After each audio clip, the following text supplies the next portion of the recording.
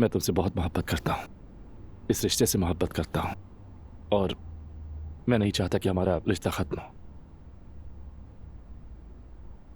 रोहान, मेरी वजह से हर्ट हो तो मुझे माफ कर दो। रहने दो यार, मैंने भी तुम्हें दुख दिया है, बहुत रुलाया, अब ये सब भूल जाओ। ठीक कहा। एक आइडिया सोचा है मैंने। मेरे पेरेंट्स का एक छोटा सा घर है कुशादासी में, बाग वाला, पुरसुकून, बहुत हसीन है। हम वहां चलकर रहते हैं, नई जिंदगी शुरू करते हैं, जो दिल चाहे वही करते हैं, इस जिंदगी के शोरगुल से दूर कहीं। मतलब तुम भाग जाने की बात कर रहे हो? देखो नूर फातिमा, जब बस हम दोनों होते हैं तो कोई मसला नहीं होता, बाहर की दुनिया हमें बर्बाद कर देती है। तो फिर तुम मेरे घर वालों की बात कर रहे हो ना? नहीं, तुम्हारे घर वालों की नहीं, सबकी। देखो, अगर तुम मेरी जिंदगी में ना आती तो मैं आज भी कहीं बैठकर बियर पी रहा होता, आवारा गर्दियां करता, चने फांकता और इसी तरह की बेकार जिंदगी गुजारा होता। लेकिन जब इंसान घर बनाता है तो जिम्मेदारियां बढ़ती हैं, और मैं इन जिम्मेदारियों को यहां नहीं संभाल पा रहा हूं। इसीलिए मैं चाहता हूं कि हम दोनों यहां से कहीं दूर चले जाएं।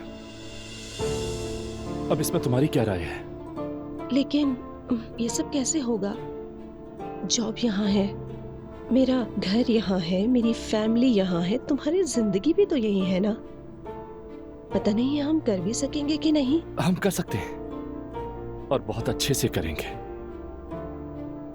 अपने बाग में सब्जियां उगाएंगे, फल तोड़ेंगे, सब कुछ ऑर्गेनिक खाएंगे, शहर के शोर से दूर, पुरसुकून और बेहतरीन जिंदगी।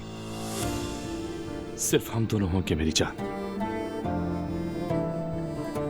क्या हम इफ्तार के बाद बात कर सकते हैं? दरअसल रोजा है, अभी मेरा दिमाग नहीं चल रहा। ठीक है, जरूर।